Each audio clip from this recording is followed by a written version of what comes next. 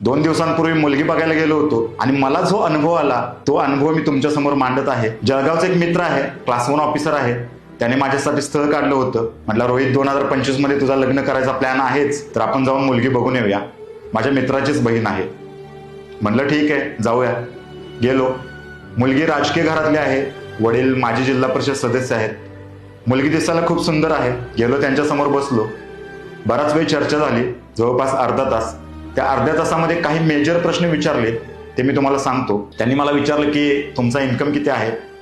मी त्यांना एकच गोष्ट सांगितली की जसं तुम्ही तुमच्या मुलीला लहानाचं मोठं करत असताना ज्या पद्धतीने तुम्ही तिचे शौक पुरवले, तेवढे शौक मी तिचे पुरवू शकतो। अर्थात तिला सुखाची आणि समाधानाची लाईफ देऊ शकतो, एवढे तरी कमवतोच। पण त्यांचा परत मला प्रश्न होता की नाही, ऍक्च्युअल मध्ये तुम्ही किती कमवता हे मला सांगा। त्याच्यानंतर त्यांना सांगून टाकलं की 2025 मध्ये माझं लग्न करायचा प्लॅन आहे आणि लग्न करण्या अगोदर 25 लाखांची टाटा हॅरियर घ्यायचा माझा प्लॅन आहे। यावरून तुम्ही समजून जावा की मी किती कमवत असेल। त्यानंतर त्यांनी दुसरा प्रश्न विचारला की पुण्यामध्ये राहताय, तर पुण्यामध्ये स्वतःचं तुमचं घर आहे का। त्यांना सांगून टाकलं की गावाकडे माझे 2-3 घर आहेत, जॉईंट फॅमिली आहे आमची, आणि मुळात फ्लॅट सिस्टीम मला आवडतच नाही। म्हटलं मी अजून 4-5 वर्ष तरी रेंटवरतीच राहीन, आणि जेव्हा मी अजून फायनान्शियल स्ट्रॉंग होईन तेव्हा पुण्याच्या आजूबाजूला 10-12 किलोमीटरवरती 5-10 गुंठ्यांचा प्लॉट घेईन आणि तिथं स्वतःचा प्रायव्हेट विला वगैरे बांधेन। याच्यानंतर बरेच आमचे क्वेश्चन आन्सर्स झाले। त्याच्यानंतर 10 मिनिटं आम्हाला वेळ दिला। मुलगीसोबत मी बोललो, मी काय करतो हे तिला सांगितलं। फॉर्च्युनेटली ती मला अगोदरपासूनच ओळखत होते, अर्थात सोशल मीडियावरून। त्याच्यानंतर शेवटी बोलता बोलता ती बोलली, आपण पुण्यामध्ये राहायचं, मग आईबाबा गावाकडे असतील, आपण मग कधीतरी आईबाबांकडे जात जाऊ, सण वगैरे एखादा असेल तर। थोडंसं खटकलं।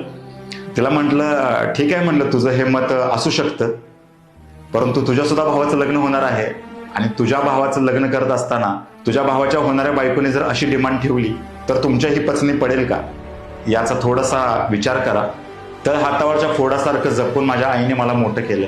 अहो माझ्याच काय, प्रत्येक मुलाला तिच्या आईने तळ हातावरच्या फोडासारखं जपून मोठं केलेलं असतं। जगासाठी तो मुलगा आरोपी जरी असेल तरी आईच्या न्यायालयामध्ये नेहमी तो निर्दोष असतो, आणि अशा आईला त्या मुलापासून तुम्ही असे तुमचे विचार किंवा अशी मानसिकता ठेवून जर तोडण्याचा प्रयत्न करत असाल तर हे कुठेतरी चुकीचं आहे। अर्थात शेवटी इतकंच सांगेन की देवाने मला जर 2 ऑप्शन दिले, एका बाजूला सांगितलं की अशी मुलगी तुला लग्नासाठी मिळेल की जिला तिचे सासू सासरे जवळ नको आहेत, आणि तुझ्याकडे दुसरा ऑप्शन असेल की आयुष्यभर तू न लग्न करता तुला राहायचं आहे, तर मी आनंदाने दुसरा ऑप्शन निवडेन। प्रत्येक मुलगीची अशी मानसिकता नाहीये, परंतु भविष्यात जेव्हा कधी लग्नाचा विचार कराल आणि मुलगी बघायला जाल तेव्हा ह्या सर्व गोष्टी